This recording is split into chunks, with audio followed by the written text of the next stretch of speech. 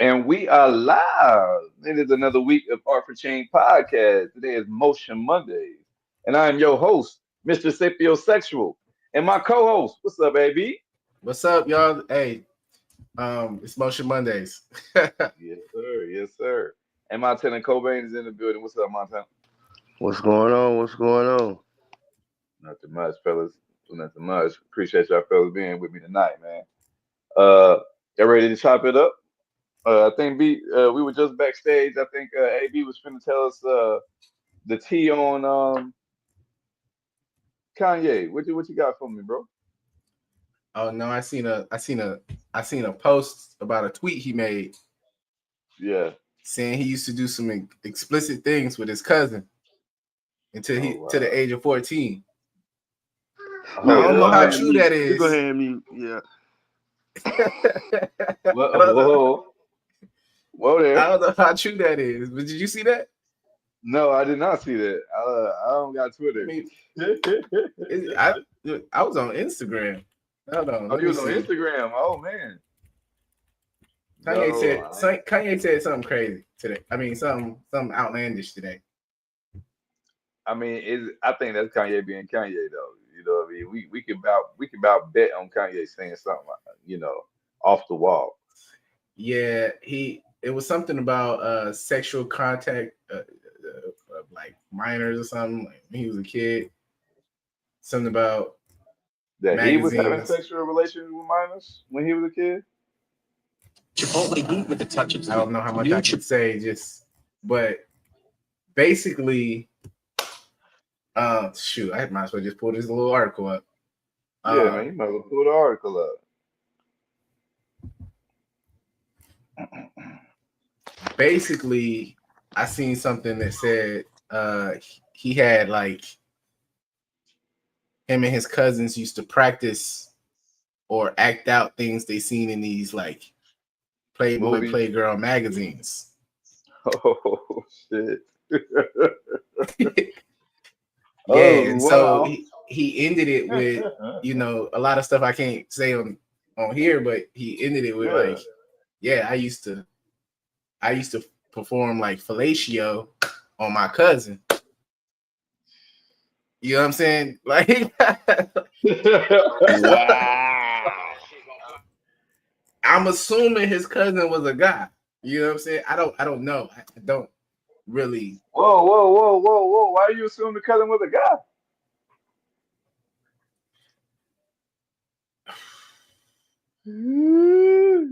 He said it was a guy. I didn't see that, but it's in a song. They say it's in a song called Cousins. He just released a song called Cousins or something like that. Oh, he just released a song called Cousins. Yeah, and he put it in there. He had a sexual relationship with one of his relatives as a kid. Oh my goodness. Hmm. That's. I'm gonna leave that one alone. I'm gonna leave that one alone. What's your opinion on that, AB? What's your opinion No, I on think that? that's crazy. I mean, it's more Kanye craziness coming up, but Kanye been on a different path, in recent years, in my opinion.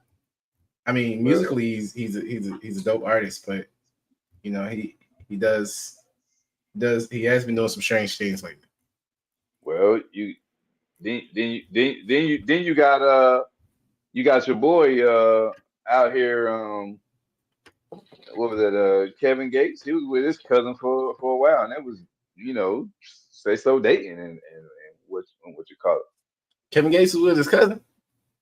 At one point, wasn't Kevin Gates with his cousin? Yeah, I think Kevin Gates was dating his cousin at one point, and was boasting about it, if I'm not mistaken. That's wild. That's weird though, man. Like, And they especially if found out and kept going.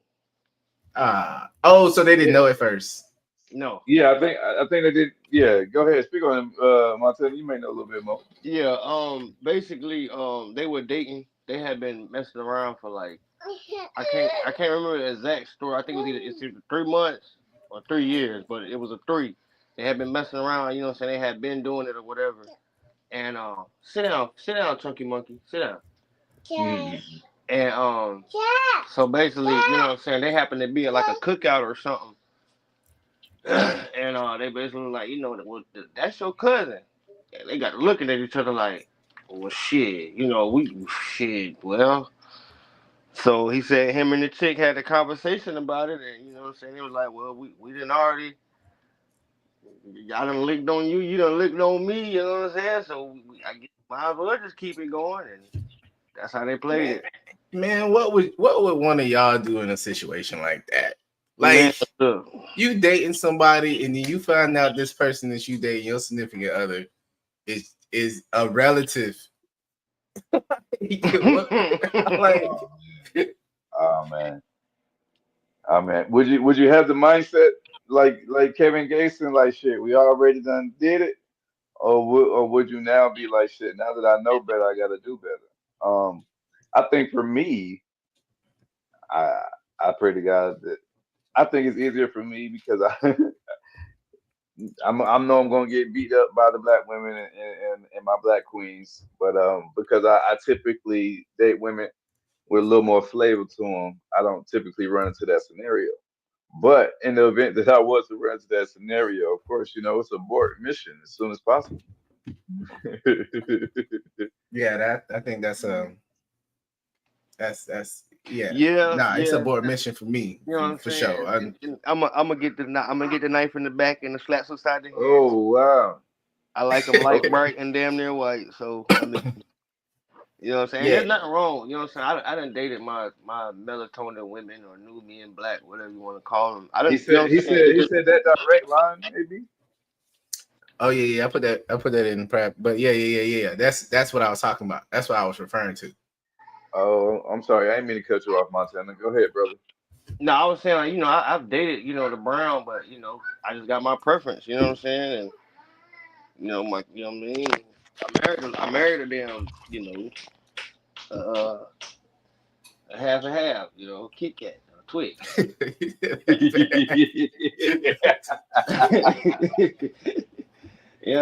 And like I said, I got four beautiful black sisters.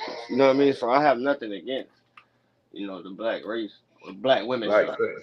But same. that's a good question that we should talk about. Why is it looked down upon for black men to like to date, to want to date or like outside their race? Why is it so looked down upon? But black women can go out here and choose whoever, whatever. You know what I'm saying? But they're allowed to date outside their financial means, shall I say? You know, Yeah. they can be working McDonald's or nowhere, talking about they need a 6'6", 6 figure man. But Right. we say we want something light skinned with some good hair. Not saying that black women don't have good hair, but you know what I'm saying, good hair, it's an issue. It's an issue. Why is Yeah. that? Well, I mean, we'll Why say is that for another episode. This is about motion. My bad. that?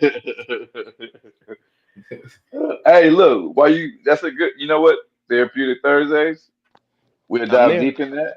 We'll Yeah, dive deep yes, sir. in I that would love topic. to. I would love to because Um, but I get a but lot of just slack as about that.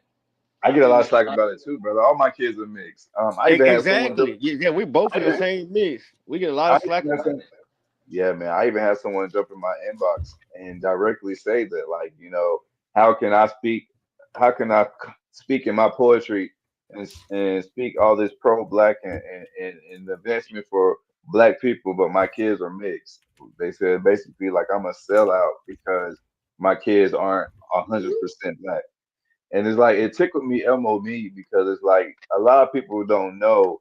that. Um, a lot of people don't know where we come from. A lot of people don't know where they come from. A lot of people don't know that we Yeah. are descendants from Africa. A lot of people don't know that if you go to Africa, you'll see all different type of people All and different colors. type of colors in Africa, bro. If you go to Morocco, you will see light skinned African women with good hair. You know what I With they mean? good don't. hair, yeah. But And they, and hold they be up. straight.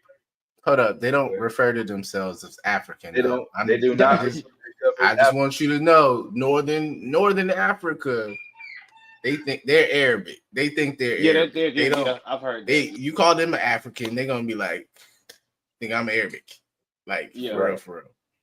It's Right. just, but they still are on the African continent, so they are They're technically African. Africans.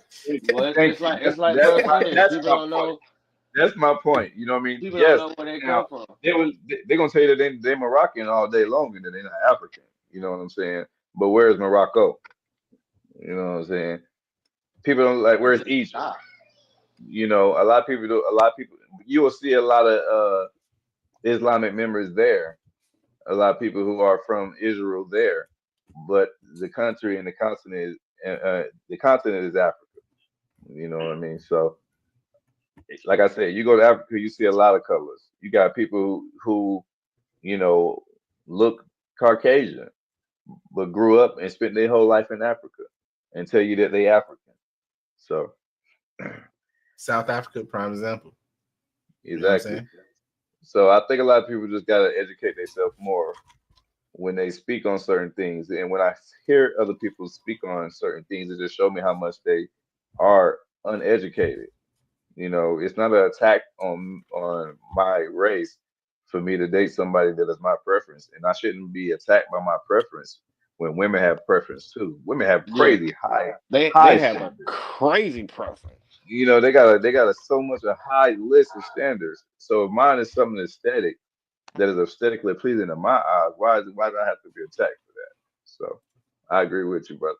I agree with Yeah, I believe, I mean, we all human beings at the end of the day. I don't think that we should. I don't think people should be looking at people for different cultural views, but I can see how different cultures play a different part, like play a part in people's lives, especially like their upbringing, right? Because just because we do something, a certain way over here in America, you go over to Europe or something like that, or Asia, you know what I'm saying? They have a whole different upbringing, and so the cultural differences could potentially clash. But at the end of the day, I think we're all humans. So, whatever makes you happy, like go do that. I agree with that. Whatever makes you happy, go do that. Man. So today Motion Mondays, man. So today we're gonna talk about how the community can bring about change and what the community can do to move change in the community, to see change. What is the community's responsibility? So that's what we're going to dive deeper in today. So, fellas, how could a community identify and prioritize the issues that is needed to change? Being that we all are from, grew up in Fayetteville, North Carolina, we know that our city, it's not the best area. We have a lot of crime. We have a lot of violence in our community. What could our community do, or what do you think the community responsibility is to change our own selves without bringing outsiders in for the help? Let me answer this one first. And honestly, it in all honesty, like the way I see it, with the way our community, the way it's going, the things that are happening, the robberies, the shooting, and everything, it's starting at home. It's starting at home with parenting, because I feel like like we had an episode a couple weeks ago. A lot of grandparents are younger, so a lot of parents are younger. So you got a lot of parents who are not really being parents; they're being more like friends. What is he crying for? Hold on, yo. Give me just a sec. I'm sorry. Hold on.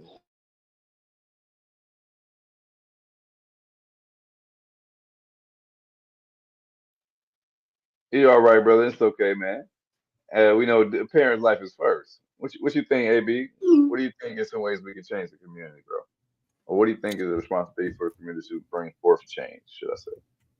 So I think that I think that the question is a good question, but I think we should try to identify like what changes should be had in the community first, right? And I guess that's like based off of where you're at and your environment.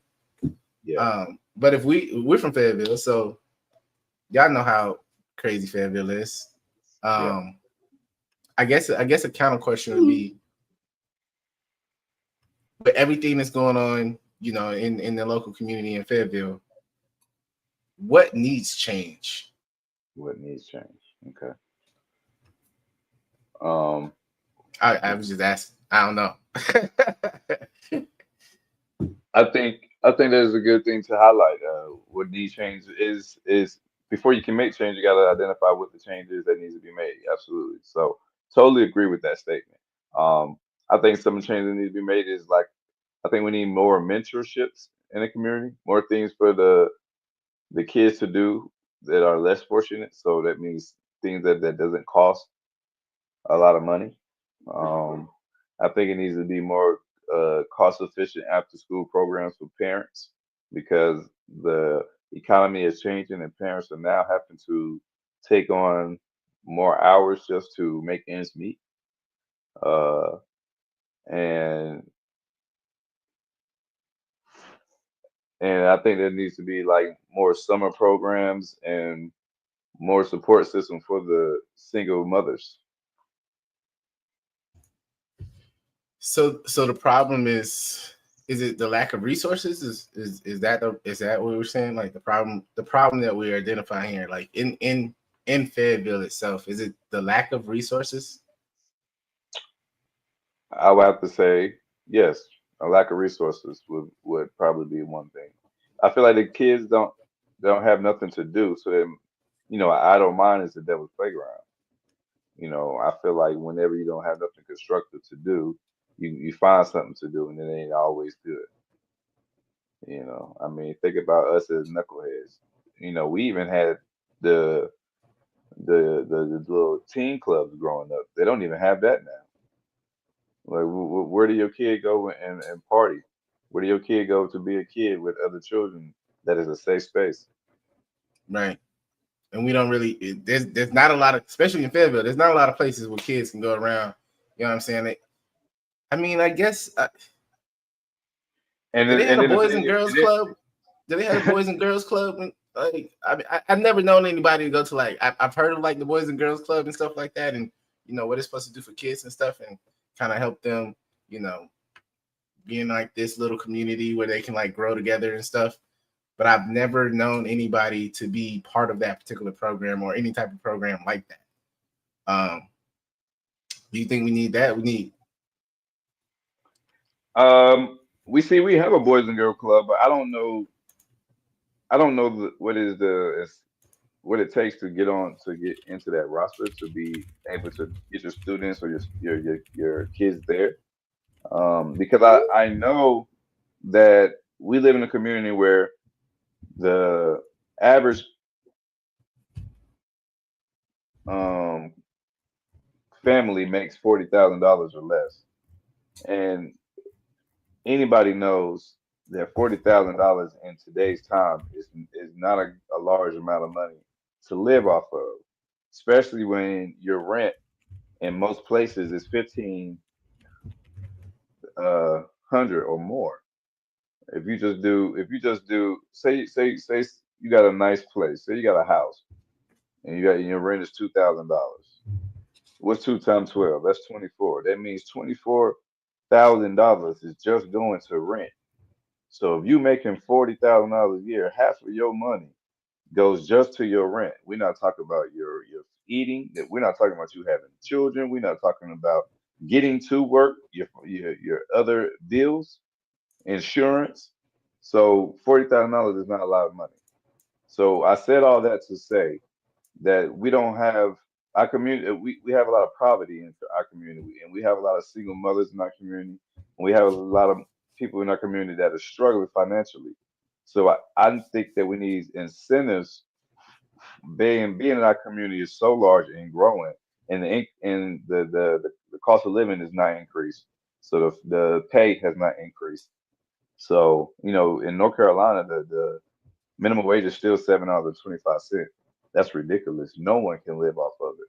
So being that all these is the issues, I think to combat that is to give the parents resources for their children that isn't so um, expensive. I can't even think about it. You got some families who are living check to check. You cannot afford a $200 increase in and their expenses. So Right. to tell them that it's $100 per kid to come over here and drop your kid off from 3 till 6 so that you can stay to work till 6 o'clock and get those extra hours. It is difficult for someone to do that who can't afford that extra $200 to put their kids there. So then where's their kids going? So now the kids are at home watching themselves, having an idle mind because the mom still has to pay bills. I think we need more leaders that are relatable. Absolutely. I like that comment. Definitely need more leaders that are relatable. And because we don't have leaders that are relatable, they don't understand the struggle. The people that are sitting high and making these rules don't know what it's like to live check to check.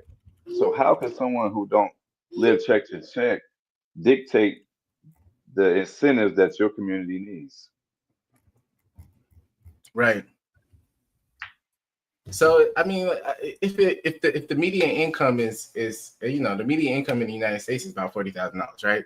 So even in our community, I don't even know what the median income is in Fayetteville alone, right? Yeah, 40,000. It's 40,000 in Fayetteville. And 40,000 in Fayetteville. What is like 250,000 people here, roughly? And it's increasing now. I think it's close to like 300,000. Yeah. So you got a community of like 300,000 people where the minimum range and income for families is about 40,000. I think it's like 46,000 to be exact. That's crazy. I mean, and you got to think that's a little bit over 3,000 a month because 3 times 12 is 36. So if we got people, I kind of want to. If we got people, if we don't have enough resources to actually sustain a lot of these projects, because just like Montana does his thing, you do yours. A lot of like little community events to kind of make those differences, right? But is it enough to spark like a I don't know. I guess I'm trying to say, like, is it enough to like spark like a revolutionary change within the community? Because I find it hard that, what I'm saying, I find it hard that,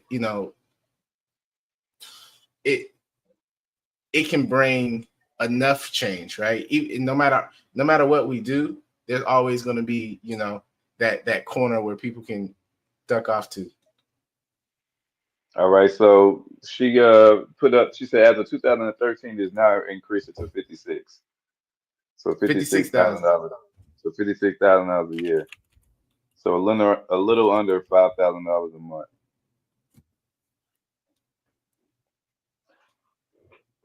Yeah, I mean, but that's Now, actually what not bad compared to the national average. No, that's not bad. Now, but what is the cost of daycare? I mean, daycare is expensive. I don't care where you go. But you know what I mean? That's what we're talking about. It's an outlet for these children because children is going to be the foundation of the community. They're the future leaders of tomorrow, right? So everything we do should benefit at least the children. It's bare minimum. So we saying that the crime rate is increasing because a lot of the crime is increasing from the children. You got a lot of these break-ins and these kids be 16, 17 years old. And nothing to do, no mentorship.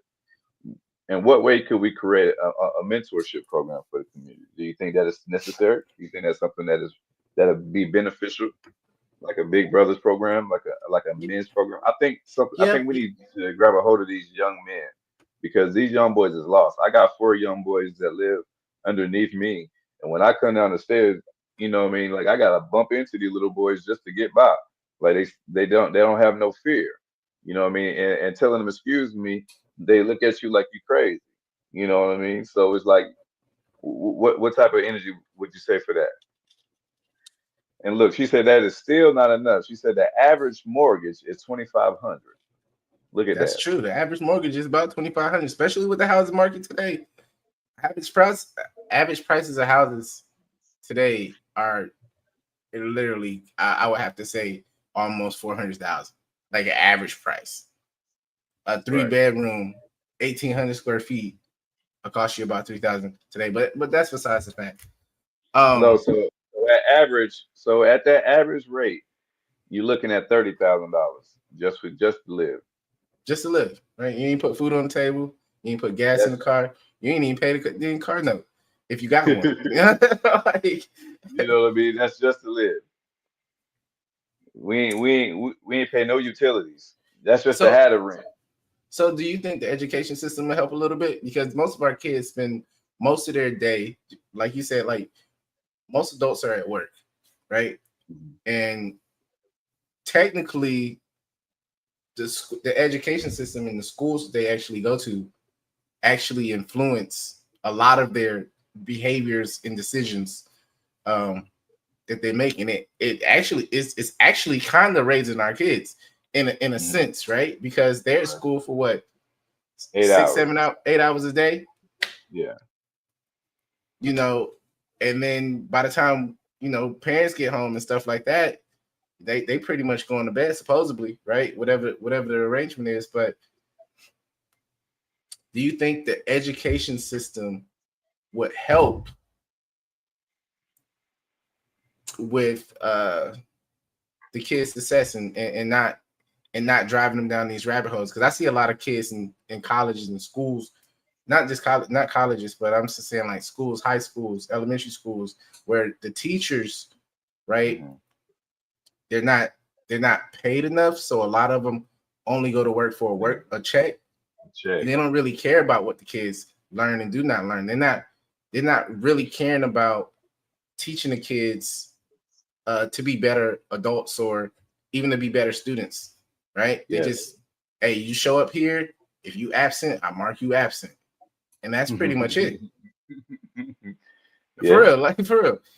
I agree with that. I found a lot of teachers. I got five kids that's in school, so I found a lot of teachers that's not unenthusiastic to teach. They don't have the drive to teach. They just really seem to be there just to, pay their bills.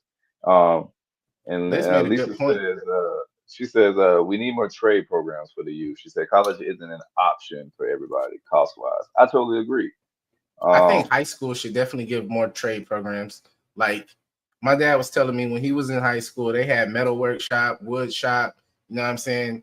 Auto mechanic. Like you go to school, one of your periods is you in a auto garage learning how to fix a car, or you in a wood shop learning how to build something, or you working with metal and trying to figure that out. I think they took a lot of that stuff out of the education system. They really just indoctrinated on teaching them to regurgitate words.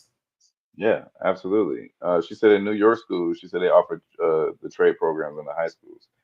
We like AB was speaking on. I believe we did used to have a lot of those programs, and like he said, like they discontinued them for what reason or another. I'm not sure.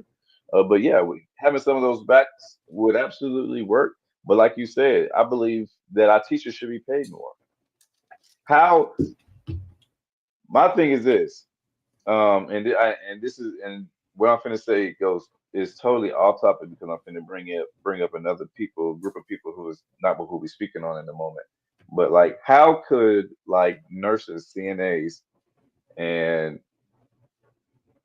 teachers be paid, subpar when they have such a big responsibility? A lot of CNAs, Nurses get paid pretty decent. A CNA might nurses. not, but CNA, but if you ever been to any type of facility, who's doing a lot of the manual labor? the The CNA, nurse or the CNA?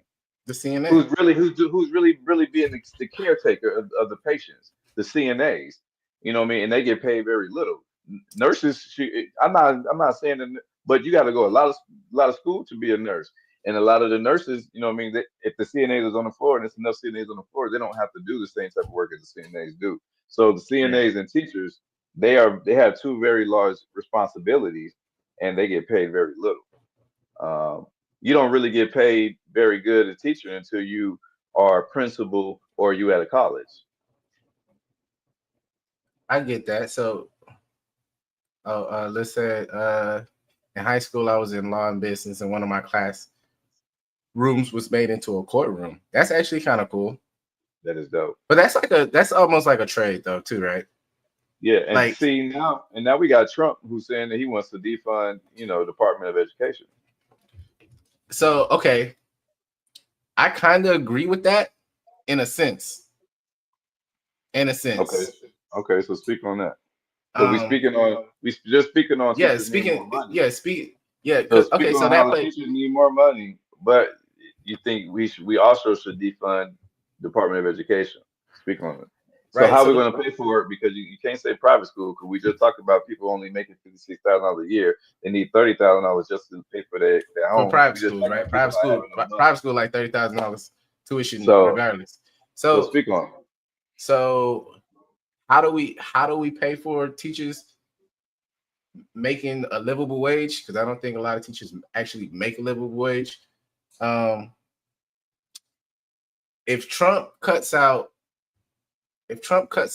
federal funding, the Department of Education funding, then it's going to trickle down to the state level, right? A lot of people, I think a lot of people get misconstrued with like federal funding stuff and then state level funding stuff, and then you got your local cities and stuff that fund like pool of money that comes in for that. I think it should go back down to the state level. I think having education based on the federal level has made it a blanket, like they try to make it a blanket education, right? So like we're going to give everybody the same book and hold them to the same standards, and they're all going to excel the same way.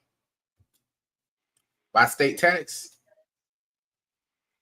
I will see. I can see an increase in state tax, right? For the kids. Would you agree to something like that? I agree to something like that for the kids, absolutely. But we have to make sure that it's going to the every community and in every school, and not just the communities and schools that are already well off. They gonna. We see a lot of that. If you go to based on the demographic, some of the books and the education and the programs at this school may be low funded versus if you're in a better community, at a better, nicer end of the, north side, east side, west side of your city, based on whatever part of your city you live in, your kids may get a better chance because of the school and the funding for that particular school because it's the nicer school in the community. I'm not sure about how the funding works. Because not for nothing. Let's be real. Jack Britt is getting way more funding than E.E. Smith. But Jack Britt has a lot more alumni that actually give back. You know what I'm saying? It's not that the teachers, because under the Common Core education system, from K through 12, the curriculum for the most part is the exact same, right? For all schools. Like teachers can't really. Ms. Lisa. You can go ahead and tell me how you disagree. Go ahead, brother. Listen. Yeah. But yeah, Common Core is like a blanket curriculum for a lot of schools, right? All the schools that follow the Common Core curriculum, which is a lot of schools in the Bible Belt, especially here on the East Coast, right? So, South Carolina, North Carolina, Georgia, Florida, they all follow the same Common Core curriculum, which I think that in a sense in itself is hurting kids because you're not allowing the teachers to actually teach in their own style, right? So you feel like we need to give the teachers more free will in their classrooms? So let's say not every state has the same education standards. That's true. The ones that follow Common Core do. North Carolina is a Common Core state. She said it's based off the income in that area. See, and that's my point. So the income in that area, saying that school is going to get more funding, and those kids in that community will get a better education than the community on the side where it's a low end community and the funding is lower and it's a more poverty area. That school is going to get low funding. That school has low test grades and they're going to get low funding. And so what do we do for those communities? What do we do for those kids? Because those are the kids are the ones that is going to grow up and not want to complete school. Those kids are the ones that's going to be, unfortunately, labeled as criminals later. So I was looking She said Southview has more alumni, as is an older school, but it's zoned at a lower community area than Brick. Okay. So Southview is a school in Fayetteville for listeners that are not from North Carolina.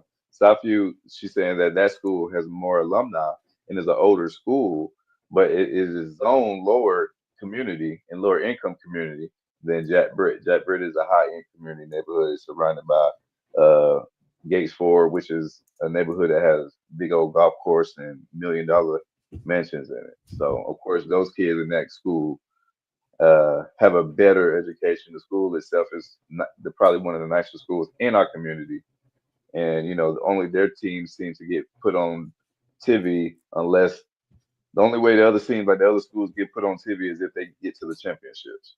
But this school, their regular games get played on TV. So I do want to correct myself, right? When it comes to Common Core is you said in that area the average salary is 75K.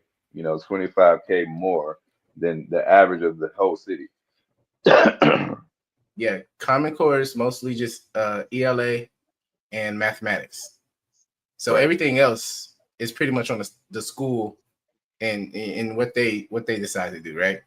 Yeah, certain schools got different programs. Like certain schools got engineering, some schools got agriculture, certain schools got nursing programs. Like based on what school you go to once you get to high school, whatever area you grow in, that's what they focus point in that school. E. Smith is big on their band.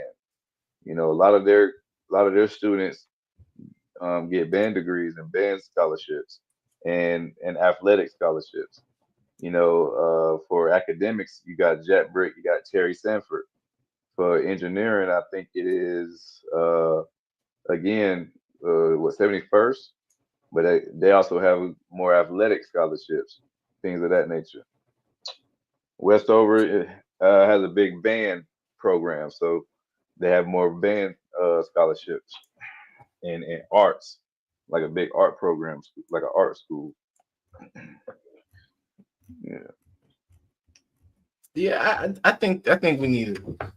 I think there's a lot of work to need to be done. I still agree. I still think that starting at the education, like where our kids are most of the day or supposed to be, it'll be a good start. Yeah, I think teachers deserve more money. So the problem is that we're lacking the resources to give the kids a stable, more productive environment so they can grow in a positive manner. I agree with that. So do you think that we need more things after school for our kids or no? For sure. Matt had a Marshall in the business. I mean, you got a what, a 13-year-old? How does he was 13, 14. How old is Julian? Julian might be 16, bro. Okay, Julian about to be 16 years old. You have a 16-year-old. You have it almost in North Carolina, he's about to be considered a man.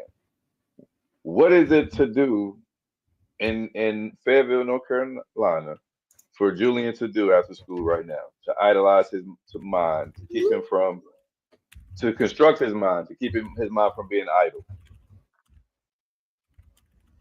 To construct his mind to keep it from being idle? See, look, that's baby, you can come on anytime. Yes. I'll send you the link. You can come partake with us. You know what I'm saying? We need a woman's perspective for a lot of these shows. So I'm glad that you're talking with us. But yeah, so I think that's where I would come in at, right? So like making sure that he stays active.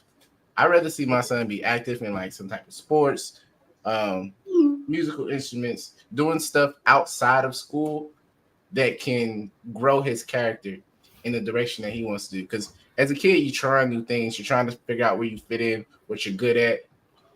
You know what I'm saying? Stuff like that. So after school programs are needed, but I think a lot of that falls back onto the parents too. Okay, I respect that, but see, you're a parent that is a little bit more well off than other parents. What do you say to a parent who is single? What programs could she put her son in that she cannot afford? That Ooh, I do not know. you see what I mean? Ooh. That's See, that's what that's another problem. that's what we're getting at. This is what I'm getting at. You know what I mean? These are the people or these are the people who are in the community. You know what I mean? These are the women who are struggling. These are the people who are most affected by having a low income. Think about somebody who is trying their hardest and they didn't have a high school excuse me, they didn't have a college degree. They got a high school diploma. They had a child early. They only was able to find a job that's making $15 an hour, and to them that is decent money. But $15 an hour at $40 at 40 hours a week is only like $600 a week. So 6 times 4 is 24. That's less than 3,000. So that's less than the average mortgage for our community. How does a person survive?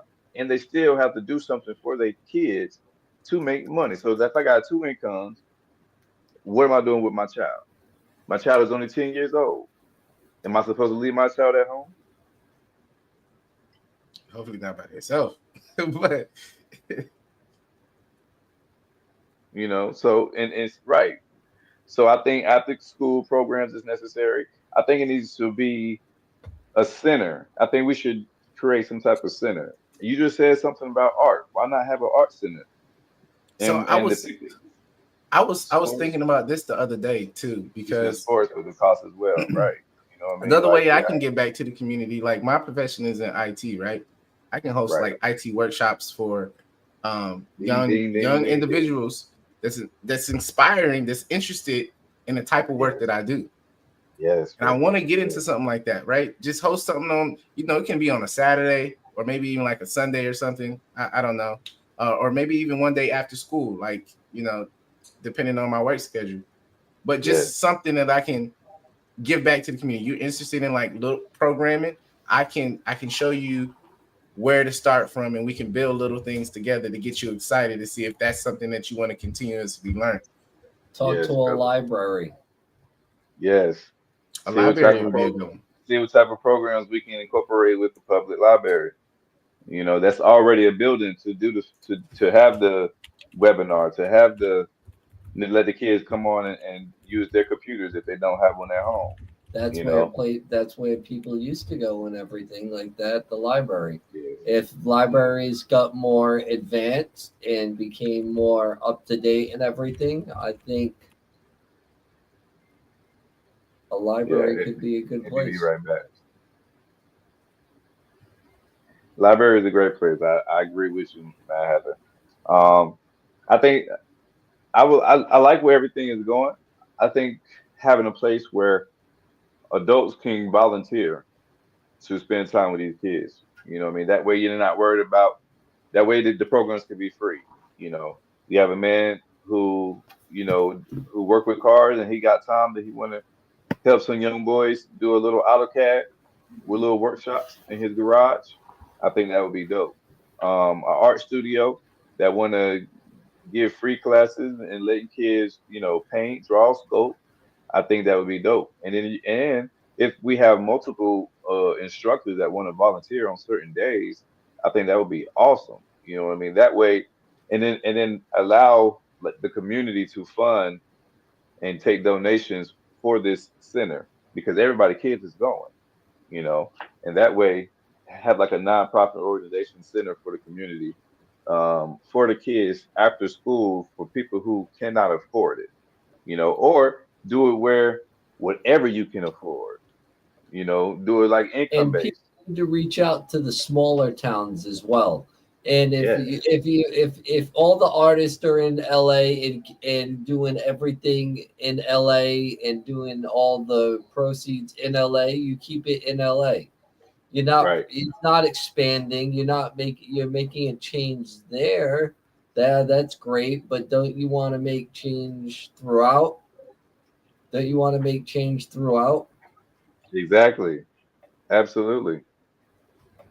You definitely want to make change throughout. And like you said, anything in proceeds that we have and money that's made for the community, let's spend that money inside the community. But let's have like sister branches in different corporations within the different cities around the county. Say you had the county center that does it, but all surrounding cities that's in that county still is like sister branches.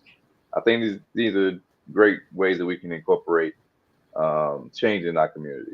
Why does the big face in your community always have to take the political game? Why can't they be the community leader with community with with that doesn't have some type of A political attachment, right? agenda would probably be. Political agenda.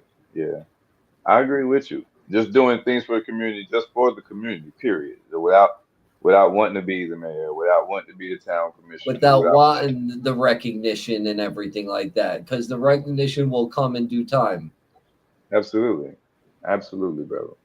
Um, what type of partnerships you think and sponsorships do you think you could get and to facilitate to get these things going, man? Well, there's not too many companies here in the United States, so I would say it's a lot slim pickings than people would believe in.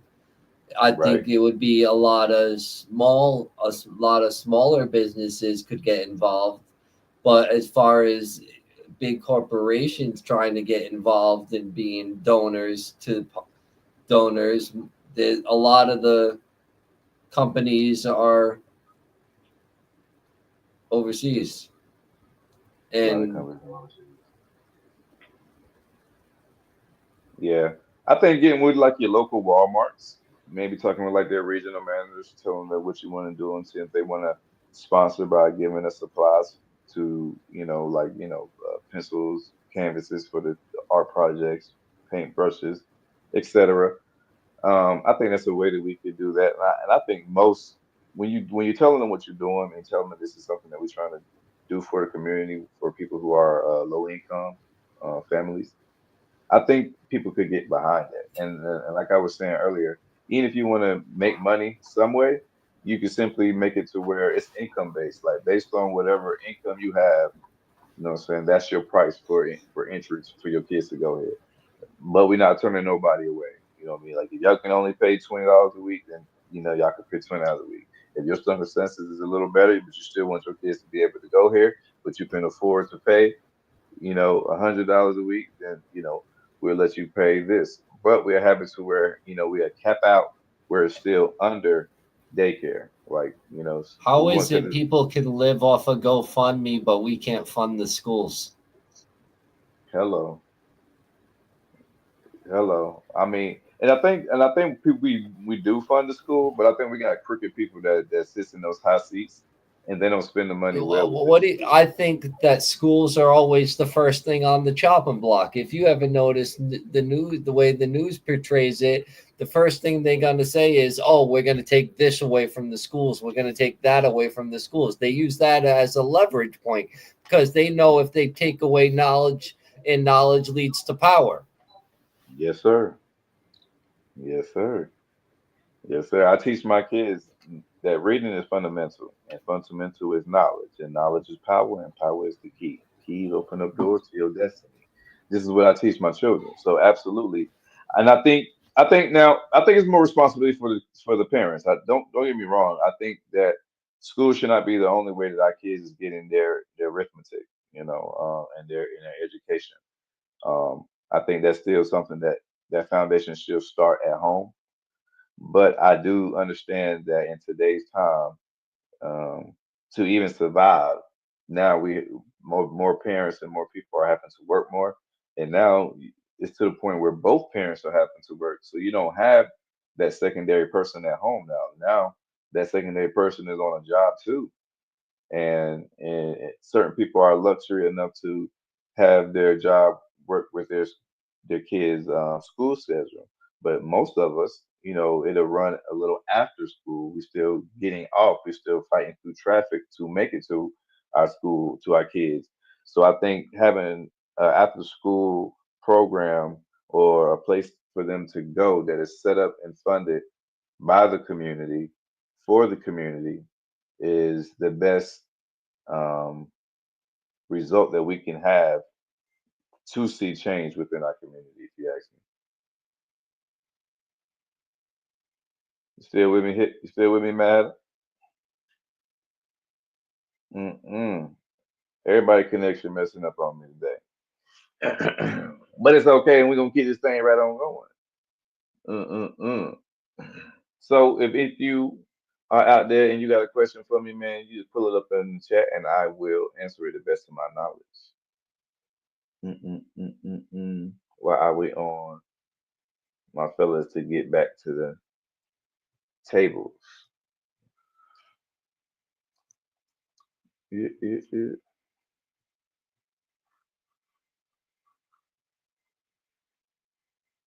In the meantime, for my people, I am a spoken word poet. So let me give y'all some spoken word poetry. There we Sorry, go, man. I had her back in the building. I'm sorry, I'm being driven crazy by the senile.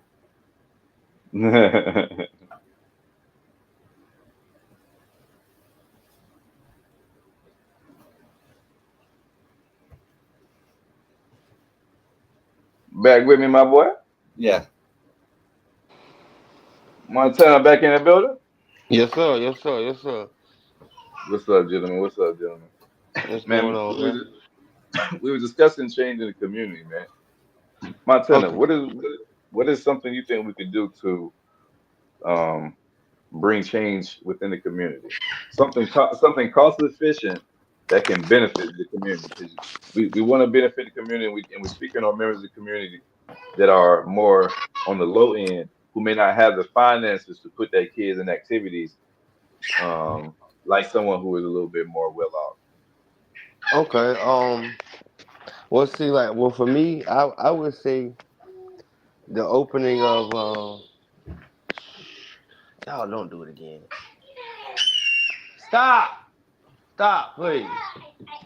I would say the opening of more like more recreation style centers, but it'd be like kids hangout areas, fun zones. You know what I'm saying? Like I heard you saying earlier before I hopped off. When we were teenagers, we had teen clubs. It was more outings, and we had the fair was around. You had summer jam. It was different things. East Coast Step Show. It was just always something going on in the community for the Yes, kids to be at. yes. Yeah. We had a lot of more, like you said, right. I feel like we had a lot more things in our youth to keep our minds constructed I got a question versus for you guys. being idle and getting into mischief. I got a Yes, question sir. for you guys. When's the last time your kids went on a field trip? I I think mean, my my kids still go on field trips, but the field trips are nowhere where we used to go. No, the field trips are nothing like where we yeah, had. nothing at all. Yeah, Nothing. yeah. My We kids go on went field we, trips we, we now to went to places I actually corporate, take we them to. went to banks, we went to corporations, we went to news places, we Yes, now went to go sit radio, down. we went to the news places, we went to we went to see plays, we went to see, Yeah, we learned some things in elementary school too, and the field trips we went on. I remember we went to the Tryon Palace. We went, like you said, we went to plays, pageants. Uh, we went to like the biggest zoo in North Carolina. We went like the Ashboro Zoo. I remember we did that shit in school. Like, yeah, we went some crazy. And then you had. I remember it was some schools that did like overseas trips for the summer once you got yes, to high school. You know what I mean? yes. I don't even know if they still do things like that now. Yeah, I don't know if they still do things like that now. They do, but they're at the, you know what I'm saying, the I'll just say the wealthier schools. You know, a lot of private schools still do that. A lot of Christian and Catholic schools do that, but the public school systems, if not a 6A school or a school with a fancy, shiny, you know what I'm saying, platinum football field with state of the art technology, you're not going nowhere. You know what I'm saying? Especially out the country. You know, we're just realistically speaking. Um, but you know, I back to was the doing that at public schools. I didn't go on the class trip or anything like that, but there was people that worked and got part-time jobs just so they could go on the class trip. Yeah, absolutely, bro. I think they'll have a lot of things. What do you think? What do you think after school we could do for the kids? Give me an after school thing that we could do for the kids, bro. Give me something we could do for the kids to keep their mind constructed. I say let the gym stay open. You know what I'm saying? That was one thing that we loved back in school was just open gym. You know, being able to be in the gym and run basketball games, you know what I'm saying? It's usually nowadays when school we get out, it's get out. You know, they're telling you to go home, leave the premises. You know, there's no Yeah. loitering. You can't hang around. If you're not here for band practice, What if football, what if more teachers stayed after school and kids could hang out in the classes they liked? that would be dope, but you got to pay the teachers more. That's where it really started at right there. Hello. What if we had what if instead of detention we had retention? I like that. I like I that. And you like know I, what? I like that. I It's like funny. that. It's funny you said that, Marshall, because my oldest is in a program like that, and they sent a letter home, and it was like not basically saying, "Oh, your child needs help." It was like, the church that's right across the street from my son's school was offering like an after school program just for kids to come do their homework, you know, fellowship with other kids, and still learn while being after school. You know what I'm saying? It's not just because you know your kid may be behind or whatever. You know what I'm saying? It's just another program, and then, you know what I'm saying. So he was going there. He goes every day. He don't get home from school at 6:30, but when he get home, homework is done. You know what I'm saying? If he had, What if if he had kids a, could hang out in the computer lab after school? I don't think that'd be a good idea with kids these days.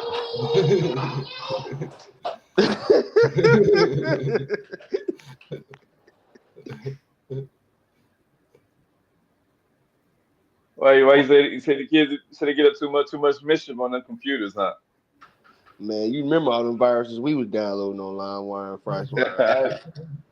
I'm just gonna say all them viruses we was downloading, okay? Look, I didn't know what a proxy was, so I got to middle school. I You never had to know, do it. I know how to do a proxy on the. So I'm on this website. You could So the have the teacher, just think about it. You could have the next Elon Musk right there in your classroom creating the next great thing after school in a program like that with the opportunity. yeah. Um, I mean, yeah. As long as I think you would have to, if you just had the programs within the, and I'm pretty sure they got the tech to do it. You know, where the kids are restricted and where they can download and get to it, and restricting on what the words they use. I got a Um, question. because bullying is a What if big high thing. school was more like college and you could have open classes, night classes, day classes, and opened it like that? okay. Hmm. To answer your question, you think you at 16-year-old would have went to every open class at 16? Would you have went to that 5 p.m. class, that 3 p.m., that 11 o'clock? I ain't gotta be back till 4 o'clock. Would you have done that as a 16-year-old guy? As a 16-year-old, no. Yeah, Yeah. there we go. Yeah, I'm getting into some shit. Yeah, I'm at class, mom. Yeah. Yeah, I'm in class, man. Night classes, mom. Yeah. But if school's open 24/7 and you can pick your classes and everything like that, doesn't that give you more freedom to chart your course early? Yeah. Yeah. I mean, I agree with you saying. I think Shouldn't we need to we get the give kid. them more freedom at a wouldn't we shouldn't we high schoolers start preparing them more for college and after college life instead of being a simple extension of elementary school? I think we need to change the curriculum itself. I think the way that we teach them doesn't benefit all the students. I think certain student learns on different frequencies and different ways of learning than the traditional way that we are the more schools are set up now. Um, I think I think if we made more schools like Montessori's where we just let the kids learn on their pace and their development and try to figure out the best way to teach this particular student, um, I think that you will get better outcomes as well. You will get students who are more enthused to learn. I think a lot of our students are not enthused to learn because they feel inadequate. Do you know Europe? They're still big on boarding schools, Boarding and schools. they're still big on sending people. They're still big on private schools and sending people to to every Like person. live at the school, right? Yeah, live at the school. Yes. Right. I get what you're saying. Yeah, I'm not with the way that unfortunately that would be pleasant or whatever, right? But I think with the way that the world is now and how some parents have total disregard in how they want to raise their children, I would be so afraid to let my child develop in an environment that I wasn't sure what that environment was. You see what I'm saying? Because we are all a product of our environments. So if I send my child to live at this school for a whole year, year and a half, what is my child learning in that year and a half? From who are the what are they learning from? You know, who are their peers? So I think that would be very for me only.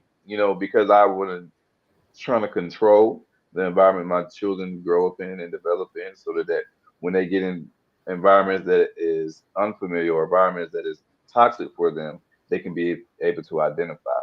But if you ain't never, if all you know is chaos, it's kind of hard to distinguish that you're in chaos because you don't know nothing different. Society is nothing but controlled chaos. Mm. I agree with that, but I want to be able to control my chaos. Essentially, control your own destiny, right? you know, um, I know that I can. I know that the environment that my kids are bringing up in, they're being taught integrity. They're being taught to be intelligent. They're being taught to have dignity about themselves and manners and to treat people with empathy. Um, I don't know if they're going to be taught that in the world around people who don't exude that every day. You don't see people who are naturally empathetic. You don't see people who naturally are they're filled with integrity. You see a lot of ugliness in the world, unfortunately. What So do I you just want think to. about uniforms for schools? I think uniform is necessary. I agree with uniform. As a student, when I was growing up, oh, I thought that was the most harsh thing you could do to us is AB back in the building. I thought that was the most harsh thing you could do to us is give us make us have to wear uniforms and take our uniqueness from us. But as an adult, I understand why they did it because every child is not as fortunate. And if everybody looks the same and dressed the same, well, what you gonna say about him? He got the same navy blue three button up shirt as you. You know what I mean? He got the same khakis as you. He got them from the same uniform store as you. Y'all got the same plain Jane shoes together. What did you talking about them for? You know what I mean? What did you saying now? You can't you now the appearance and the aesthetic thing is out the way, and now we can really just be here and focus on learning and not hey look at my new Jordans that my mama bought me last night all day because that's what Exactly. we did. Because that's what we did.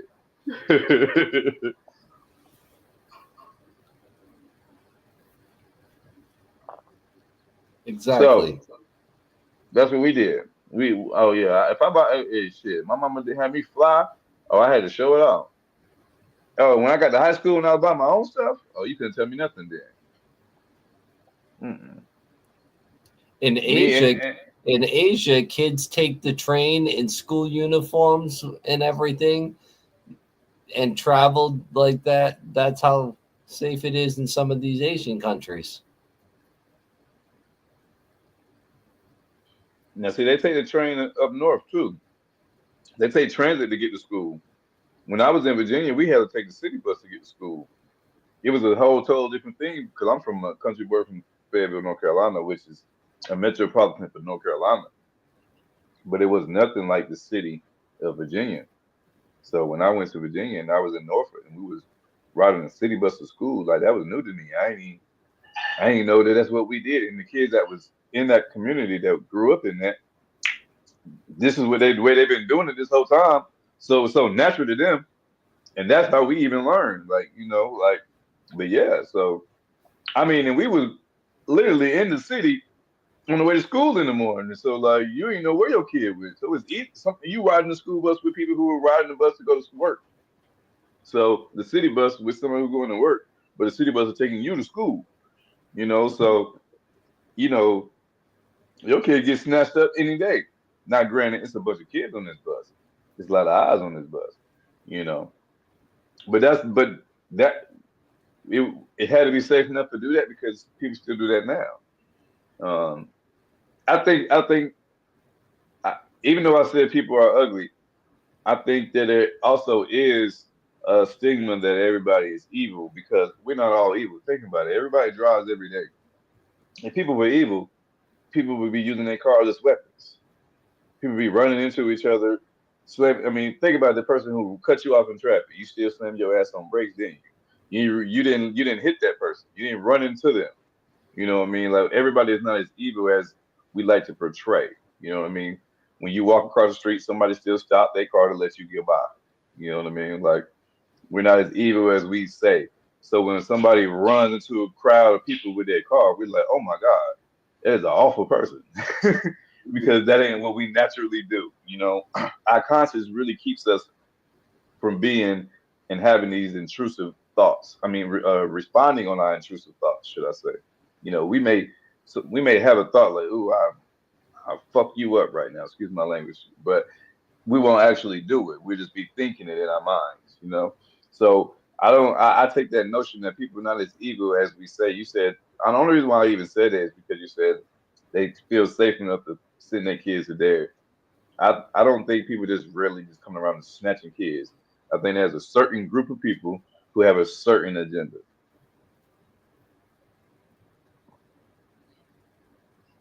I don't think that's the community. You know, I think the community is typically safe because when I was like 7 or 8, we used to get on our bikes and be gone all day. But will I let my kids be gone now? Hell no. But that's because I have little girls. You know what I mean? But we're not as evil as we say. But because of the world has done scared us, is the same reason why I just responded and said I would not let my kids do the same things I did as a kid now.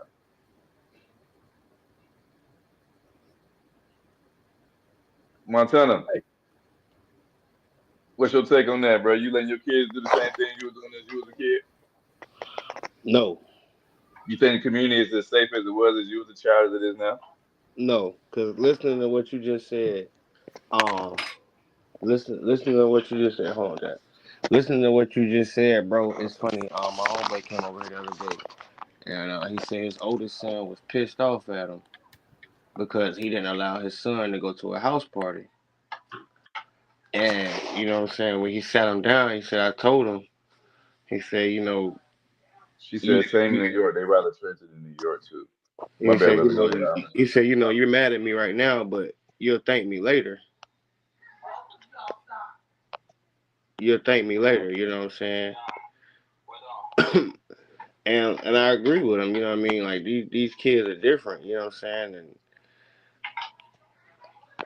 you go to house parties nowadays, 13, 14, 15 years old, and it's getting shot up. So I couldn't. I'm not gonna allow my kids to do a lot of shit that I was doing. Well, let's be honest. Let's be honest. Let's be honest. When we were children, we was at house parties that got shut up, man. We was at house parties that got shot Yes, we were. up. Now, we didn't that we're not promoting that, but we just saying like I mean I mean and I'm only saying that to be to do both sides. I mean Yeah. to do both sides of the spectrum, like because we in one spectrum we say like the world and these kids are a lot different than we were when we were children, but then in the same breath, like we went to a lot of house parties that a fight broke out. We went to a lot of house parties where somebody pulled out a gun. Somebody might not have had died, but I mean we've been to a lot of near misses. Yeah, and that was just trying to have fun. So, and instead of being in those places, because every time think about it Hey, now, there's a notion right there. what's that? Why are people always trying to have fun? Shouldn't fun come natural? Mm, that's what I was just finna get at. Look, get out of my head, Marshall. I was just finna to get at on that statement. Being that I was just finna say like where we was trying to have fun at was not the safe space. None of those shootings happened inside those teen clubs that we went to when we was younger. All those places, all those shootings or things that happen at house parties. Or a little hole in the wall, a little one way in, one way out juke joints that didn't have the police sitting outside and security supervising everybody and the little metal detector before you go inside. The house parties that we went to, those were the ones that was getting shot up. So, what in the community or where in the community you think is a safe space or should be created a safe space now for these kids? Do you think there should be a teen club now? Because we don't have one. You think it should be like a teen center where the teens can go and hang out, like a YMCA? See, we have You- YMCA's and Boys and Girls Clubs and stuff around here. Now, what is the cost to go to one of these things? Is it expensive? Is it inexpensive? Is it Not based on your income? based on your income. They are based on income? Yes. Okay, that's cool. I think that helps. I think we need places that is based on income that can give more resources to these single mothers because I think the children impacts the community the most because they're going to reflect what happens in the community tomorrow. They're going to be the future leaders of America, as everyone likes to say. Can So we talk single parents? speak on it. It's not just single parents, it's single dads out there that Yes, need help too, that get overlooked by everybody. I like to see a single dad try to get help for the one absolutely. It is he's hard. supporting. I like to see him try to get Assistance the as well.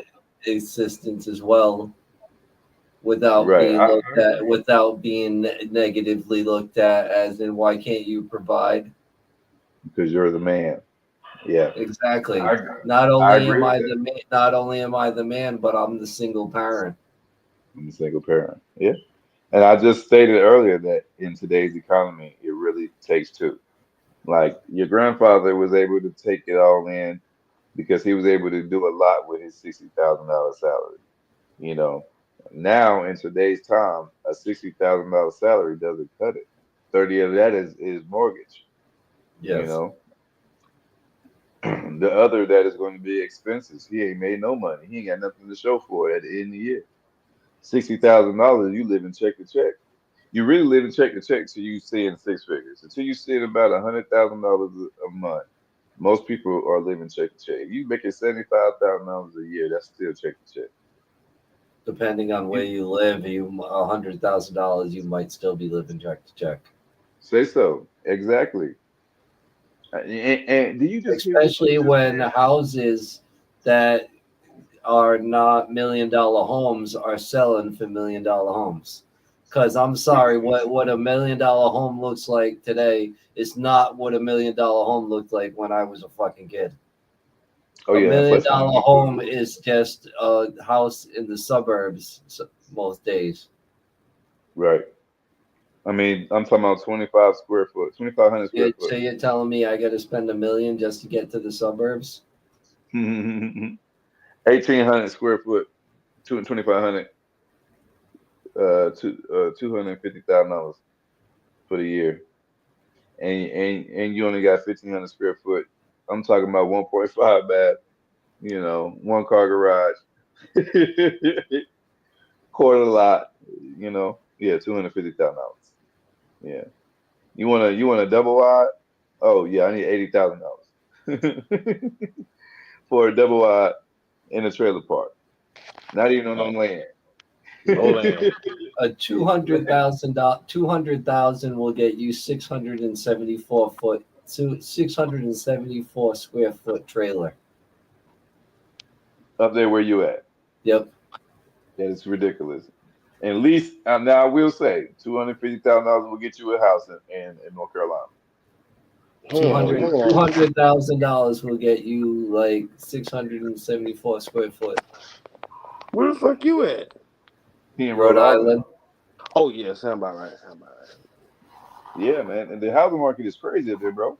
Okay, so a house that's probably like $250,000 in North Carolina will probably run them like $750,000 Yeah, up there. I'm telling you, it costs you $1 million It's just to get to the. ridiculous, bro. It costs you $1 million just to get to the suburbs.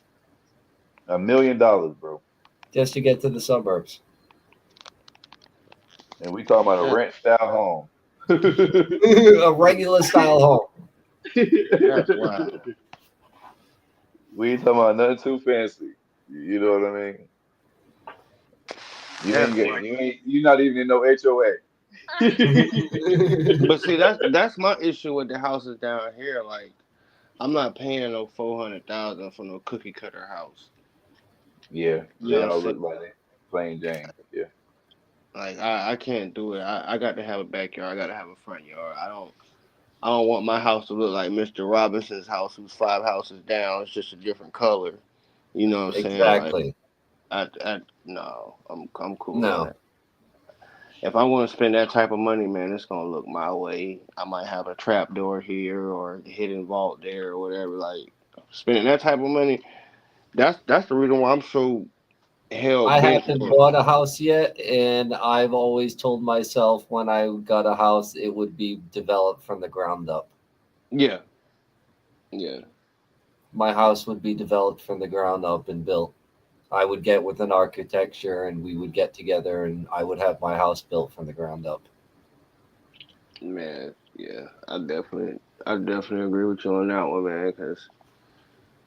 And then the way it's slapping these houses up now, man, they're not built. They're not good quality. No. You know. Oh no, they're gonna build you a house in less than 30 days.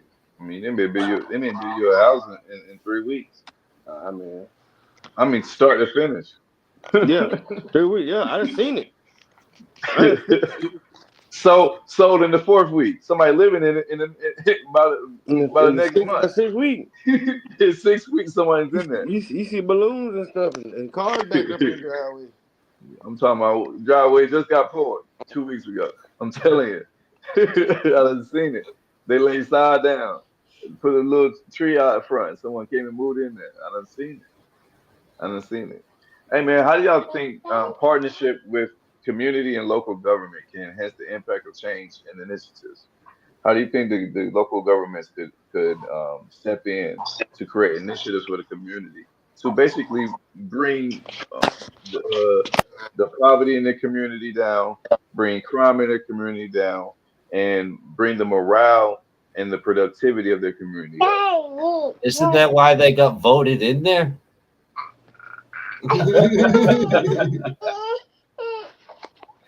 I hate to be the bearer of bad news, but is it why they got voted in there? I agree with you. Yeah. Hey, whenever he get my bad, I didn't mean to cut you off, Marshall, but whenever he get done answering, can you repeat the question again? It like it skipped out on me, so I caught like the end of the question. Yeah, no problem. What we were saying was like, how could the partnership between communities and local government enhance the impact of change in the initiative? What can the local and government do to create initiative programs for their community? And Mad Hatter Monster said, I mean, isn't that not their job? Isn't that not what? Ain't it what they got voted in to do? Yeah, like it's supposed to be community relations, You got to, Yeah. you gotta hit the So street, gotta hit your feet. so let me ask you, if you was a community leader, or if you were a community organizer, or if you was the mayor of your town, what initiative programs would you put in place to enhance your community? I start a whole bunch of kids summer Any league. one of you guys can. I start a whole bunch of kids summer league, kickball, baseball, softball. You know what I'm saying? Like just something for them to do. You know what I'm saying? Like just and I make sure that they can have practice at any elementary school that's available.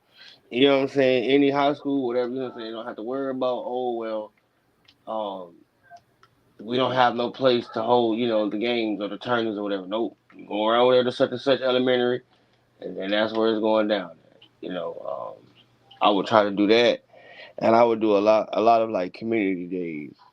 I would do a lot of meeting up at the parks, and it wouldn't just be that one little festival that one time a year. I would do that, maybe every 90 days, every quarter. You know what I'm saying? Just to, because if I was the official, you know, I'm a firm believer in, you know what I'm saying, being out there in it to get a feel for it. You know what I'm saying? And in my opinion, that would make the citizens, feel more better about the situation. Cause like you not just trying to throw something out there. You actually out here. You seeing the community doing what they do,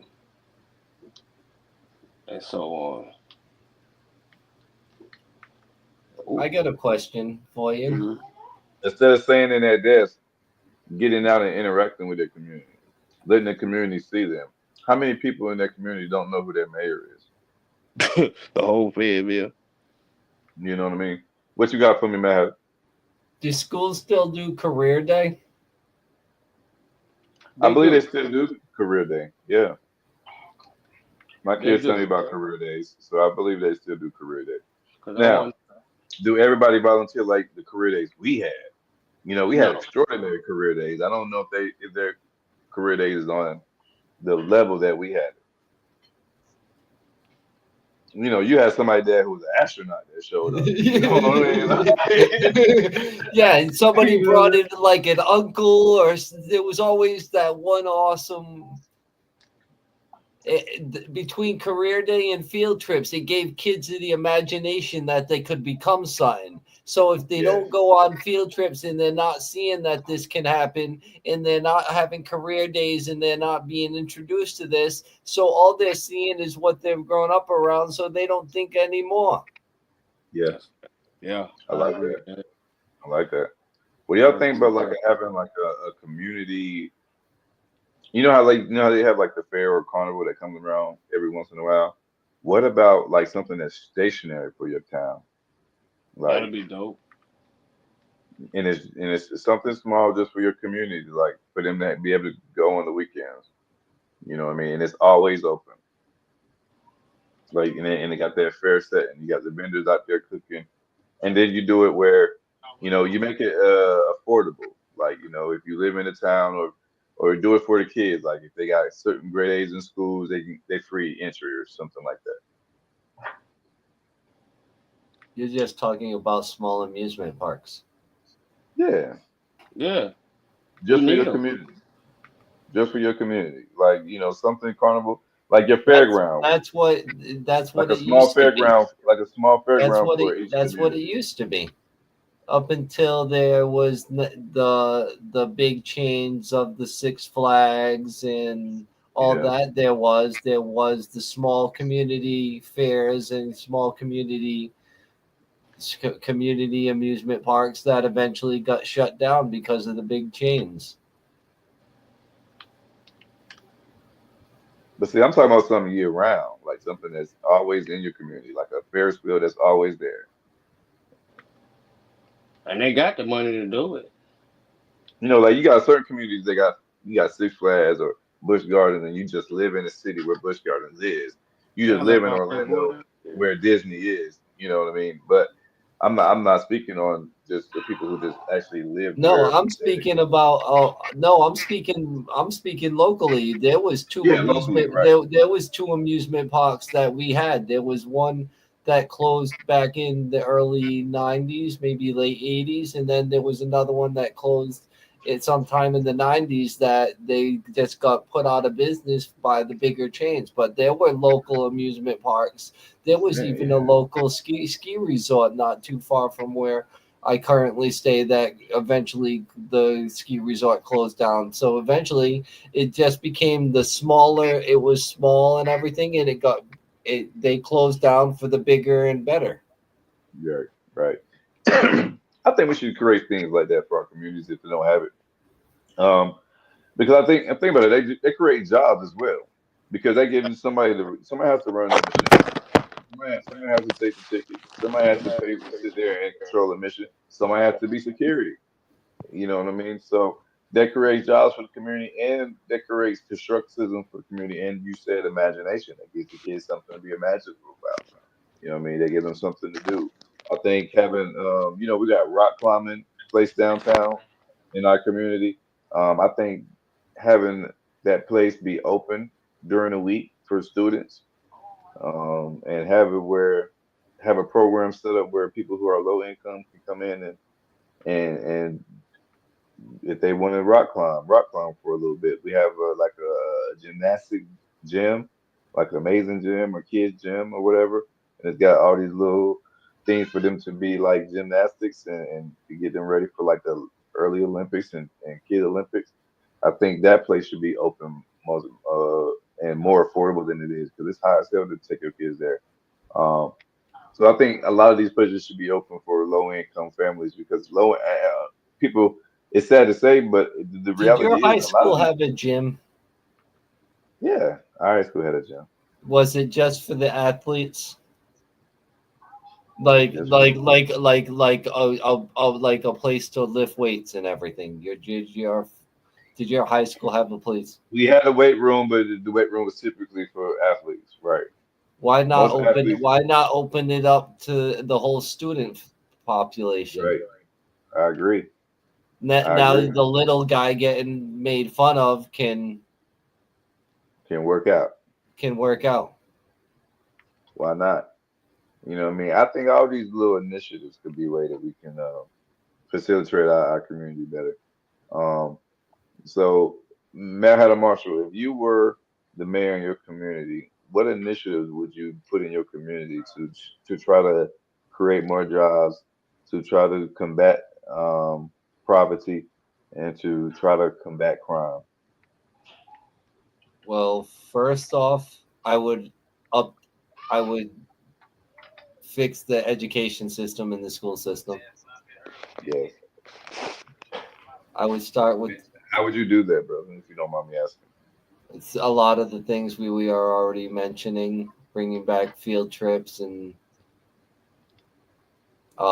career days. I would also bring back home ec. I would also bring back shop class since I think everybody should learn how to how to ha- do something with their hands. Yes. Jesus was a carpenter. Why can't you be one? Yes. I think that's like Shalisa was saying. She was saying that bring back the trade programs in schools, right? Yes. Absolutely. I agree with that, man. Home ec. How many people have no idea how to cook and everything? Whether it's a man or woman, anybody should be able to self-sufficient cook for themselves and not just be able to live off a microwave and ramen noodles. Right. When you're in your 30s and 40s and you're still eating ramen noodles, it's kind of pathetic. Yeah, some people like them Roman noodles, man. You stepping on some people's toes, man. Um, so let me ask you, fellas. Damn, I just lost it because this was just a random question that I had. This wasn't one on one we had written down for tonight. Let's see if I can remember where I wanted to go with it. Um, you're the mayor of your community, right? Hmm. What who gets the money first? You got an initiative program. They just gave you $1 million to do some type of initiative for your school, for your community. Who gets that money? How would you divvy up that $1 million? And can you do anything with $1 million?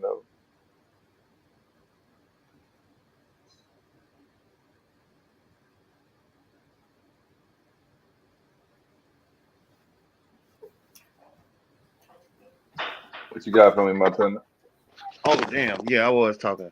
Um, well, knowing my community and what I'm looking at, I think I'll put my money. I put it into the schools first. I'll put it into the schools. Um, as far as what schools may need HVAC work. What schools may need uh, team uniforms. What schools may need instruments. What schools may need. Yeah, I'm coming. May need computers. I'll put it straight back into the schools first. Okay, and so you want to put in supplies for the school, not so much into like the school salary for the teachers. If I could do it that way, yeah. Because I would have to. I think I would have to meet with the state to do it that Because the way. mayor would just affect your I got town. a question. So $1 million divided up, I mean, the What teachers in is an your community. acceptable salary for a school teacher? Shit. I think, I think the first question you would have to ask is what is an what is an affordable salary for that community? Oh, I was coughing. Because if we have teachers that are the primary goal is to take care and educate our future leaders in our communities, they shouldn't have to be worried about the stresses of am I going to be able to afford XYZ while they're trying to teach our students. So I think their salary should be a little more than what the cost of living is for their communities. That way that they not having to worry about the struggles of finances and they can just focus on educating our little ones. Okay, what if they get as average as what the community makes, but their Right. school's better funded, so they're not paying out of pocket for supplies, and they're not having to ask teachers. They're not having to in schools. They having to ask parents for supplies because if you Wow. get a supply list for school, like most people do, you're bringing in napkins, toilet paper, tissues, pens, Yes. pencils. You're the list to bring into school now is fucking ridiculous. Yeah. No, no. You got to bring in like basically you got to have supplies at home for your student and then bring in supplies for another student who may be less fortunate. That's really Yes. what you're doing. Yeah. It's double of everything. If you buy your kid a notebook, they want you to bring a notebook too, just for the school, just for the classroom. Yeah, yeah. And they tell you that it's for your student in case they need it. But of course, as most parents, in the event that our kid needs a new notebook, we just go out and purchase Yeah. it. You know. So right, we don't If even remember. I got a question, if Yeah, there's 26, if there's 25 kids in the classroom, right? right. And they each get a and she needs dry erase markers and it comes in a pack of 4. How Yeah. many dry erase markers is that? You said she needs how many? Is she a pack of dry erase markers is 4, Right. It's four. and Right. she's got 25 kids. Right. How many dry erase markers is that? She gonna need how many is she gonna need? No, how Each student? how many is that each student? How many is that each student? Is she buying 4 for each student? Well, Yeah, I'm only no, gonna have to buy. if one pack, each student gets one pack, and 4 come in a Oh, pack. okay. If each student gets 4 packs, If right? And I got each student and gets I got one 20 pack, and I got 25 students. That's 100. do you really think you need 100 dry erase markers?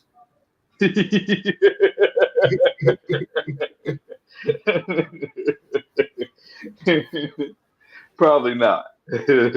And now Probably not. let's look into the school. Now let's say that there's what? How many how many teachers throughout a high school? Yeah, it's How probably like many at least 30. classes? Yeah, it's probably like at least 30, maybe 30 teachers in the school, maybe. So 30 teachers in the school. So 30 times 100. You're talking 30,000 dry erase markers. We're getting into the baby oil numbers of dry erase markers. Right, right. If everybody I don't bringing, mean okay, to sound think like about it. Elon Musk and being so like efficient, but let's be real here. Let's look at the numbers. Let's look at the numbers. If everybody got the same student list and we got to bring 2 things of paper towels, 2 things of Kleenex, a little box of Kleenex. That's one thing that's always on the list. And we to do Germex. Say everybody got to bring a little bottle of Germex, right? And she probably got every classroom has at least 15 students. So we got 15 students times 30 teachers. That's 450 students in that school. 450 students, and they all had to bring 2 things of Kleenex for the year for 2 semesters, right? 1 for each semester. That's 900 bottles.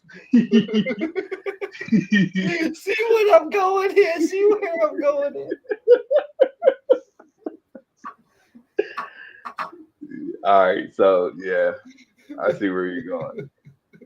Because if you gotta buy a pack of notebook paper, just think about how many sheets. Because it's like what 150 sheets. 500, like 150, 250 foot, 250 sheets. No, a ream of 500 page of ream of paper. Let's do that one. This one's going to be fun. If each student has to get a 500 ream of printer paper. Right. And you got 450 students, and they all gotta get that little pack that has 500 sheets in it.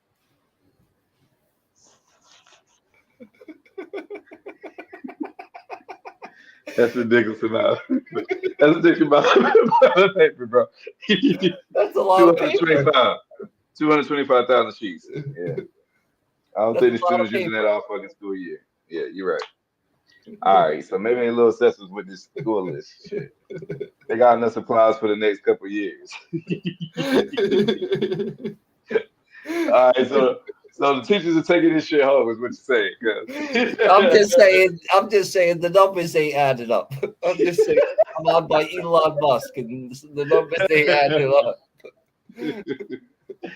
Oh, you silly, bro. You silly. But that's not, hey, numbers is numbers. Hey, what they say? Men lie, women lie, numbers don't. Is what they say. How do you think social media can utilize or amplify the community voice for campaigning for change?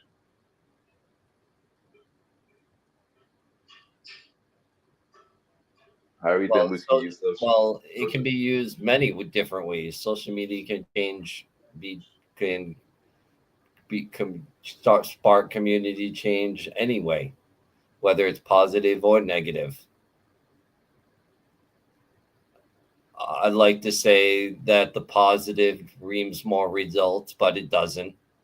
I think negative publicity. I don't think politicians like negative comments or negative publicity. They prefer the more positive side of it. So I think I'm not saying you need to be like so anti-establishment you need to destroy everything. Well, sometimes I do. I feel Right. you. I feel you. So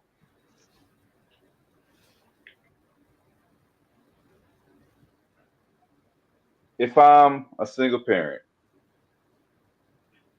and you're the mayor and I'm asking if I and I'm saying that I need a place for my children to go so that I can work a little extra hours to make money to be able to withstand our essential needs. Uh, what advice would you give me? There should be programs at the libraries.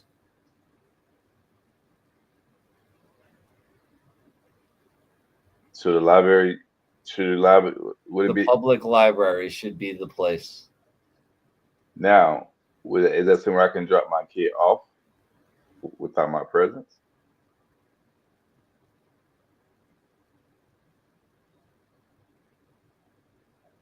You can drop your kid off, but what your kid does after that, we are not responsible for. We can't. Right. We can't be. We can't babysit them 24/7 and everything. And how old is your kid? Is your kid an infant? I can't be babysitting an infant in the library. All right. So I have an infant. What can I do for my infant? And I can't afford daycare. You see what I'm saying? Like that's people's struggle. Well, That's I it. got a question. Yeah. Why should it? Why does it have to be on the community? Why? Speak on it. Speak on it. Speak on Why? it. Why does it have to be on the community? Did the community cause you to have this issue? No, Why the should community why, didn't. No, the community didn't cause me to have this issue. But when I had my child, I was working at a certain plant that the community shut down just recently. were you paid a severance? I was not. Why weren't you given a severance? I didn't qualify because I hadn't been there long enough. So you really weren't working at the plant then, were you? I was working at the plant. I just would.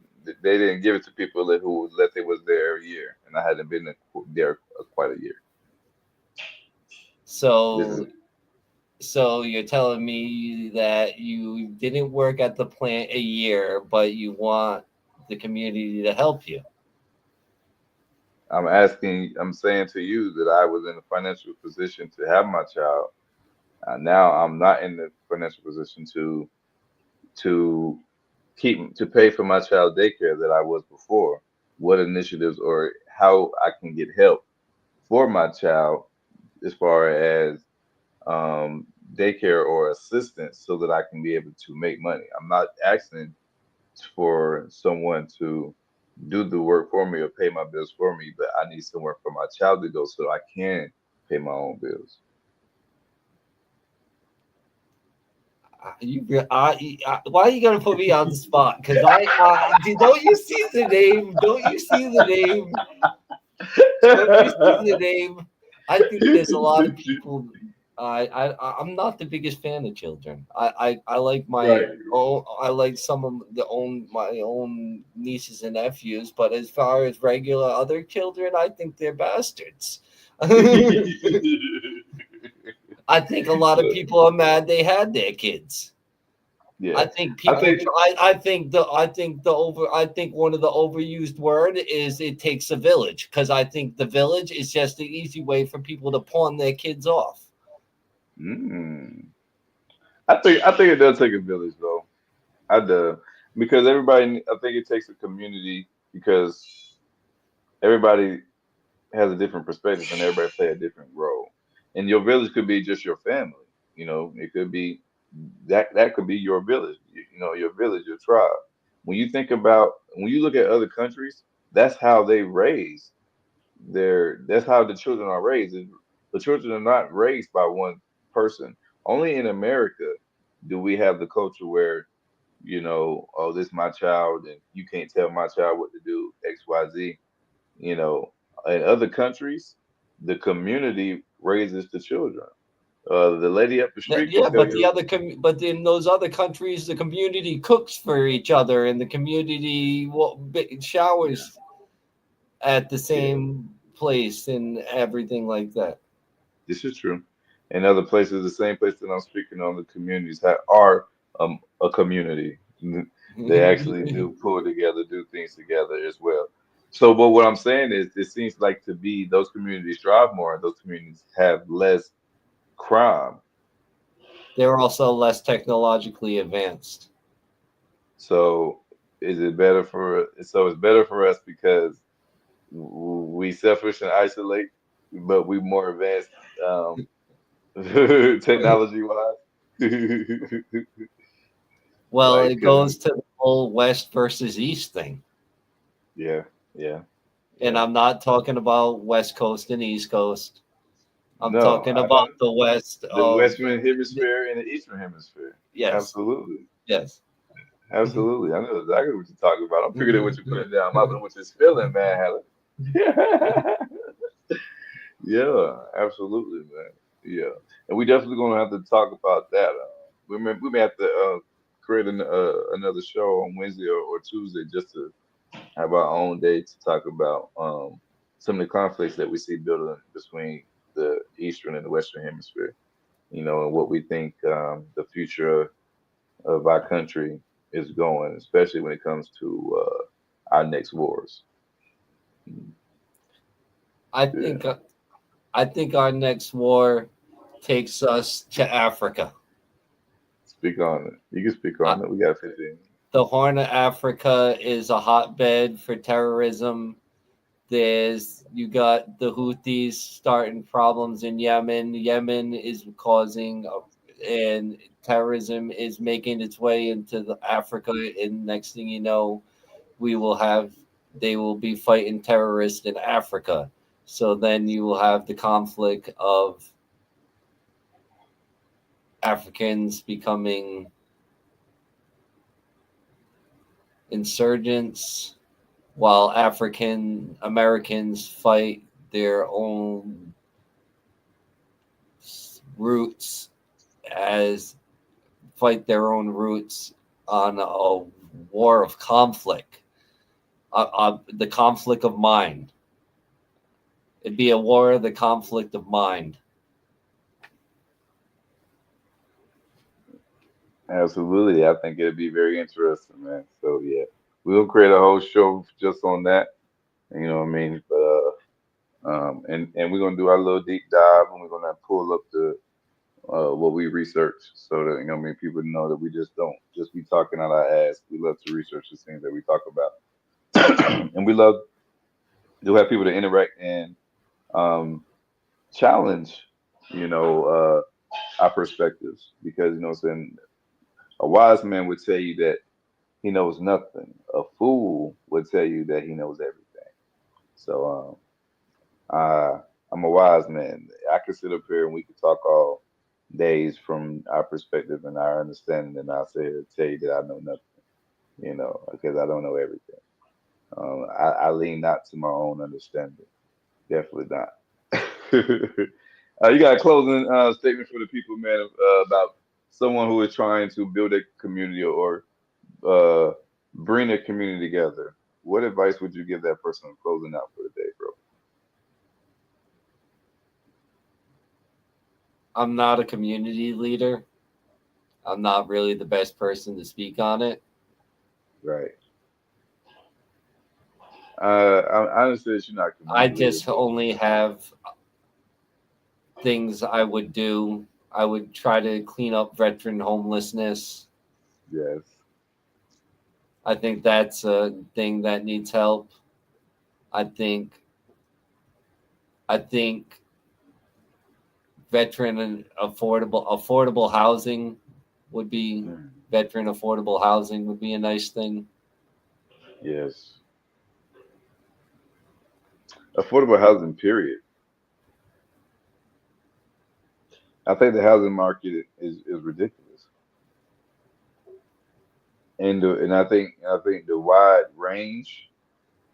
Why why the same value house, the same structure home in a different state in different proximity warrants such a wide range in price value. I think that's ridiculous. It shouldn't be that I can pay for the same type of home over here in this area and only spend $200,000 versus if I come to this area, the same home is now $750,000. To me, that is an astronomical price difference for the same product. So I think that should be studied, and I think if can get greed out of our minds, I think a lot of people can have more successful lives. But I think a lot of rich people want to stay rich, and then once they get to that pinnacle of success, they no longer care about anybody that's behind them. Um, so my closing statement for Until people. they start getting to their deathbed or something like that, and then they start their Mother Teresa phase. Yeah, you know what I mean. Then light started flashing before their eyes, and they was like, "Damn, I gotta make right with the world before I go," type shit. Like, nah, he gonna reap what you sow. You've been a greedy man your whole life, and your afterlife is gonna eat you up. you know. But yeah, we were talking about that on the Soul for Sunday. What I'm saying, we on Motion Monday, so we gotta keep it in motion. And so today was about community building and things that we can do in our community to see prosperiness within our communities. So I'll leave y'all with this note. Each one teach one. Don't be afraid to be the one to make a difference. Don't be afraid to be the first one to step out to be that change.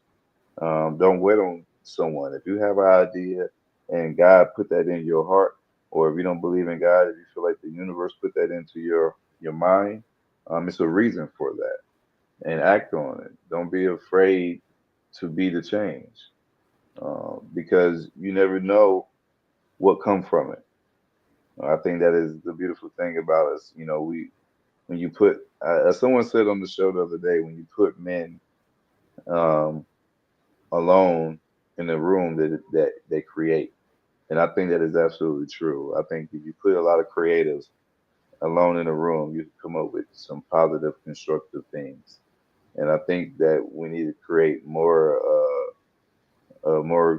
community spaces for people with like minds to come together to create a positive atmosphere within their communities. But until next time, man, we appreciate everybody watching us, man. It's been a very informative show tonight. So I hope everybody appreciate that we don't always joke and clown, and sometimes we have real serious conversations on Art for Change. Matt Hatter Marshall, man, it's been a pleasure, man. I appreciate you kicking it with us, man. As always, peace and love, baby. Don't forget to like and subscribe, and to tell a friend, and listen to us on any audio podcast network. You can find us on there at Art for Change Podcast. Make sure you put the podcast on the end. Same thing for YouTube if you want to watch the full video. If you're on another platform, Facebook, Instagram, if you come over to our YouTube channel at Art for Change Podcast, boom, we'll pop right up. Hit that like and subscribe. You'll know when we go live Mondays, Thursdays, and Sundays at 9 p.m. Eastern Time. You can always catch us live. But if you don't, you can catch us on the audio version the next morning. I usually posted it right then. And we have clips on our Instagram pages and on our threads and things of that nature. We always appreciate your review. We already appreciate your feedback. So leave us a review, leave us a comment, tell us what you think, man. And until next time, Art for Change. Peace.